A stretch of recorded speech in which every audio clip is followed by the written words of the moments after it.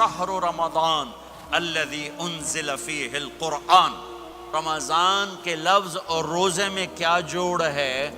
رمضان کہتے ہیں جل جانا، جل جانا، جل جانا.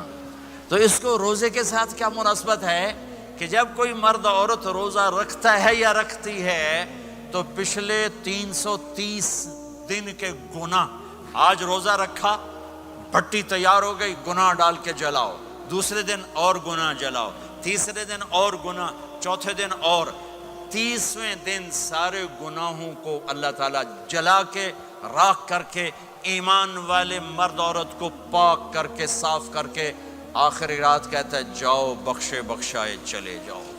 علامہ صاحب کی ایسی ویڈیو حاصل کرنے کے لیے ہمارے چینل کو سبسکرائب کریں. باقی کچھ نہیں. روزہ سال کے بعد ہے، وہ ابھی آ رہا ہے.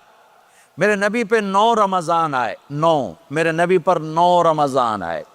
مدینہ جانے کے بعد ہجرت کے دوسرے سال شعبان کی 2 تاریخ کو پیر کے دن روزے کا فرض ہونا نازل ہوا، اور میرے نبی ستمبر میں پہنچے ہیں مدینہ منورہ، اور رمضان یوں پیچھے جا رہا ہے. ستمبر سے اگست میں آیا ہے، اگست سے جولائی میں آیا ہے، اور جولائی سے جون میں آیا ہے، اور میرے نبی اللہ کے پاس چلے گئے. سارا رمضان میرے نبی نے گرمی کا گزارا. 9 رمضان سارے گرمی کے روزے، اور میرے نبی کی سحری ہوتی تھی 2 کھجور اور 1 گلاس پانی پر روزہ رکھتے تھے عام طور پر. کبھی کبھی کھانے کو بھی مل جاتا تھا، لیکن 2-3 کھجوریں اور 1 گلاس پانی. اس پر میرے نبی نے 9 رمضان گزارے، اعتکاف کر کے دکھایا. پورا مہینہ 20 دن 10 دن، پھر ساری زندگی 10 دن کا اعتکاف فرمایا شب قدر کی تلاش میں، اور امت کو خوشخبری سنائی. رمضان آ رہا ہے تو میں تھوڑی سی تفصیل بتا دوں. میرے نبی ممبر پر آئے، کہنے لگے ماذا یستقبلکم وماذا تستقبلون. وہ کون آ رہا ہے؟ صحابہ وہ کون آ رہا ہے؟ پھر ہم نے کہا وہ کون آ رہا ہے؟ حضرت عمر کھڑے ہو گئے، یا رسول اللہ اوحی نزل، کیا کوئی وحی آ گئی؟ کہنا کیا کوئی دشمن آ گیا؟ نہیں. تو پھر کون آ رہا ہے؟ آپ نے کہا رمضان آ رہا ہے، رمضان آ رہا ہے. جنت کے دروازے کھل گئے، جہنم کے دروازے بند ہو گئے، رات کی تراویح کی نماز ملی. آپ کا رمضان آج کل بڑا اوکھا ہوگا لیکن اجر بھی بڑا ہوگا. میں نے 1 دن پہلے واپسی رکھی بھی 18 گھنٹے گون ہی تھے بکھا رہے. آپ تو پھنسے ہوئے، میں تو نہ پھنسوں.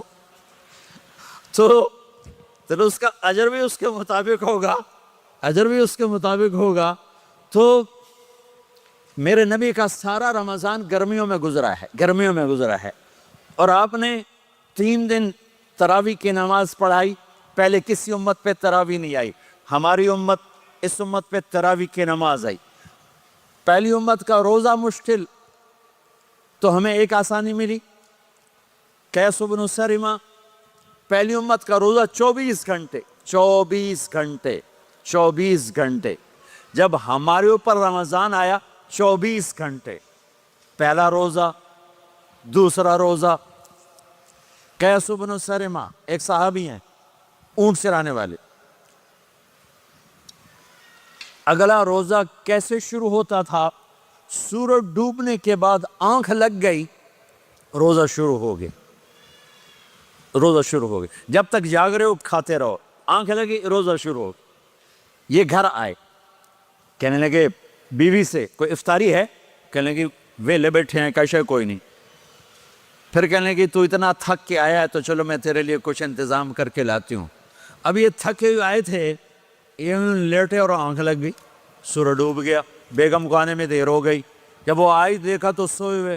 کہا لگتا ہے ابن سرمہ، ارے سرمہ کے بیٹے تیرا تو کم ہو گیا. ان کی آنکھ کھلی، کیا ہوا؟ کہ اگلا روزہ شروع ہو گیا. تو ظہر کی نماز میں آئے، مسجد میں تو بے ہوش ہو کے گر گئے.